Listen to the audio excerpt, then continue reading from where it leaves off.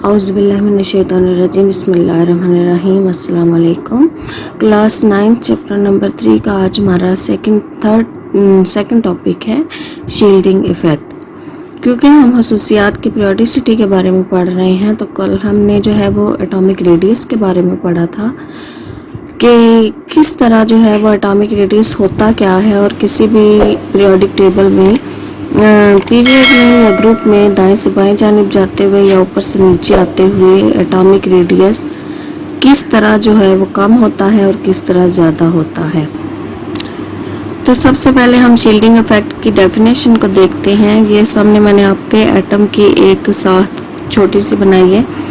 इसमें देखें ज़रा क्या है कि सेंटर में हमें पता है न्यूक्लियस के अंदर क्या होते हैं, प्रोटॉन्स, और हमारे वैलेंस शेल में होते हैं इलेक्ट्रॉन्स। और प्रोटॉन्स और इलेक्ट्रॉन्स के अंदर जो है वो कशिश की कुव्वत होती है, अट्रैक्शन होती है, और इलेक्ट्रॉन्स की आपस में रिपलियन होती है, ये एक दूसरे को अपने से दूर करते हैं।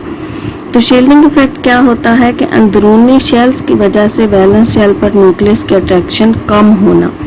यानी ये देखें, अगर प्रोटॉन और वैलेंस शेल, न्यूक्लियस और सबसे वैलेंस शेल जो बाहर वाला शेल होता है उसे कहते हैं, उनके दरमियान में अगर एक शेल होगा तो इस न्यूक्लियस की वैलेंस शेल पर अट्रैक्शन ज़्यादा होगी। अगर इसके अंदर दो शेल्स होंगे इनके दरमियान में, यानी वैलेंस शेल और प्रोटॉन के दरमियान में, न्यूक्लियस के दरमियान में दो शेल्स होंगे, तो क्या होगा कि इसकी वैलेंस शेल पर अट्रैक्शन जो है वो कम हो जाएगी। जैसे जैसे ये फासला जो है वो ज़्यादा होता जाएगा, वैसे वैसे इसकी वैलेंस शेल के ऊपर अट्रैक्शन जो है वो कम हो जाएगी। तो इन नंबर ऑफ शेल्स के बढ़ने से जो न्यूक्लियस की वैलेंस शेल पर अट्रैक्शन है वो कम हो जाती है। इसको हम कहते हैं शील्डिंग इफेक्ट।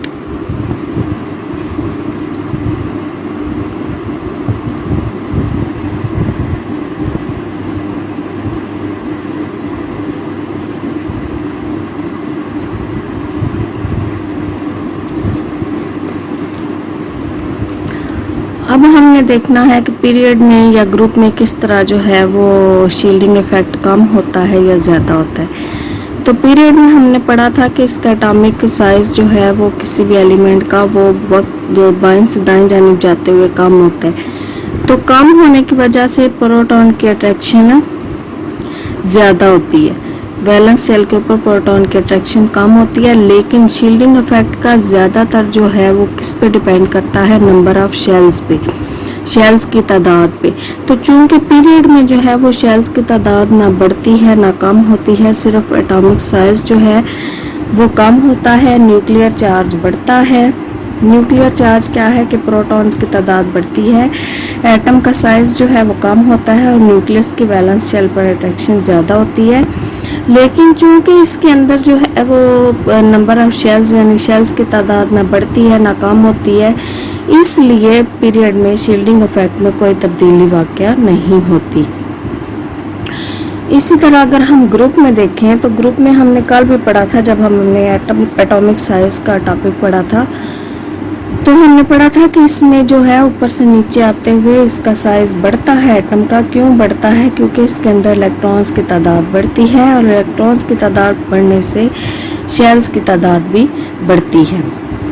तो जब शेल्स की तादाद बढ़ती है, अगर पहले में एक हैं, दूसरे में दो हो जाते हैं, तीसरे में तीन हो जाते हैं, तो जैसे जैसे ये नंबर ऑफ शेल्स बढ़ रहे हैं तो आप देख रहे हैं कि ये न्यूक्लियस का जो फासला है ये आखिरी शेल तक ज़्यादा होता जाता है। पहले में देखें कम है, दूसरे में ज़्यादा है, तीसरे में उससे भी ज़्यादा है। इस तरह जैसे जैसे हम ऊपर से नीचे आते जाएंगे, एक एक शेल की दो शेल्स की जब तादाद बढ़ती है तो न्यूक्लियस का वैलेंस शेल पर फासला ज़्यादा हो जाता है, और वैलेंस शेल के इलेक्ट्रॉन्स पर भी उसकी अट्रैक्शन कम हो जाती है। तो इसका मतलब ये हुआ कि ऊपर से नीचे आते हुए शील्डिंग इफेक्ट भी बढ़ता है। जैसे जैसे ऊपर से नीचे आएंगे शेल्स की तादाद बढ़ेगी तो शील्डिंग इफेक्ट भी बढ़ेगा, क्योंकि न्यूक्लियस का वैलेंस शेल पर अट्रैक्शन कम होती जाएगी।